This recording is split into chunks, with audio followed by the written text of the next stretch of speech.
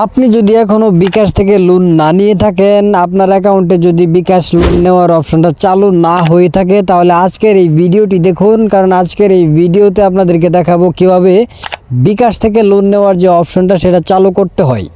তাহলে চলুন মূল ভিডিওটি শুরু করা যাক। ভিডিওটি শুরু করার আগে বলে রাখি, অবশ্যই চ্যানেলটিকে সাবস্ক্রাইব করে রাখুন এইরকম আরও ইনফরমেটিভ ভিডিও দেখার জন্য। বন্ধুরা, প্রথমে আপনি মোবাইলের স্ক্রিনে চলে আসবেন। মোবাইলের স্ক্রিনে আসার পর প্রথমেই আপনি প্লে স্টোরে চলে যাবেন। প্লে স্টোরে যাওয়ার পর এখানে সার্চ করবেন বিকাশ লিখে। বিকাশ লিখে সার্চ করলেই প্রথমে আপনার সামনে বিকাশ অ্যাপটি চলে আসবে। এখন আপনার এখানে যদি আপডেট দেখায় তাহলে অবশ্যই আপডেট করে নেবেন। এটা আপডেট না করলে কিন্তু আপনি লোন নিতে পারবেন না। সো আপনি যদি অলরেডি আপডেট করে থাকেন তাহলে ওপেন বাটনে ক্লিক করবেন। ওপেন বাটনে ক্লিক করার পর আপনার বিকাশ অ্যাকাউন্টের পিন নাম্বার দিয়ে জাস্ট লগ ইন করবেন। বিকাশ অ্যাপে আসলেই দেখতে পারবেন বিকাশের কিন্তু বিশাল একটা পরিবর্তন চলে আসছে। বিকাশের লুকটাই কিন্তু চেঞ্জ হয়ে গেছে। এখন এখানে দেখতে পাচ্ছেন লোন অপশনটা যেখানে ছিল সেখানেই কিন্তু এখন আপনি যদি এই লোন অপশনে ক্লিক করেন তাহলে কিন্তু এখান থেকে আপনি লোন নিতে পারবেন না। এখন আপনাকে যেতে হবে নিচের দিকে, লক্ষ্য করলেই দেখতে পারবেন আমার বিকাশ বলতে একটা অপশন দেওয়া আছে।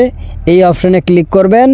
তারপর নিচের দিকে হালকা স্ক্রল ডাউন করলেই এখানে একটি অপশন দেখতে পারবেন ইনস্ট্যান্ট লোন নিন কাগজপত্র ছাড়াই।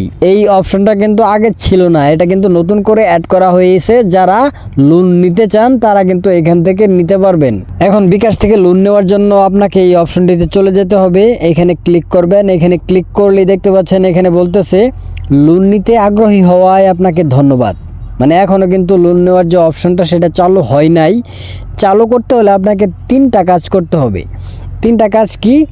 নিচের দিকে লক্ষ্য করলেই দেখতে পারবেন আপনার বিকাশ অ্যাকাউন্টে ব্যালেন্স রাখুন।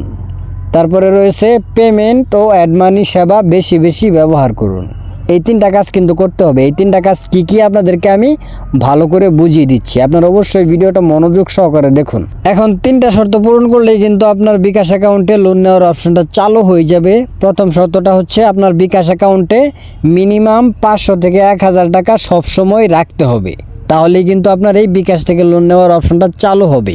এখন 2 নাম্বার যে অপশন সেটা হচ্ছে পেমেন্ট অপশনে ক্লিক করে আমরা অনেকেই কিন্তু অনেক সময় বিভিন্ন ই-কমার্স ওয়েবসাইট থেকে পণ্য কিনি, যেমন দারাজ, বিডি শপ, এইসব ওয়েবসাইট থেকে কিন্তু আমরা পণ্য কিনি। তখন কিন্তু আমাদেরকে এখান থেকে পেমেন্ট করতে হয়, মানে টাকা পাঠাতে হয় বিকাশ অথবা নগদ অ্যাকাউন্ট থেকে।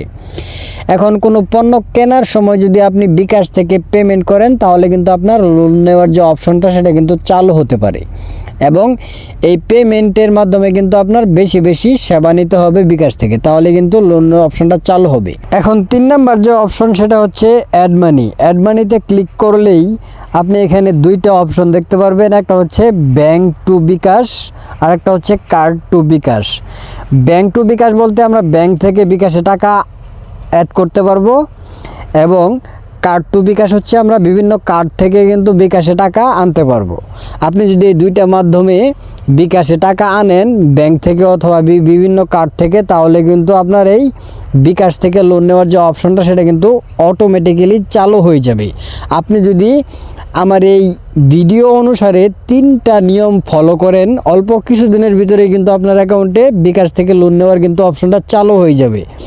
সো এভাবেই কিন্তু বিকাশ অ্যাকাউন্টে লোন নেওয়ার অপশনটা চালু করতে হয়। আই হোপ আপনি বুঝতে পেরেছেন।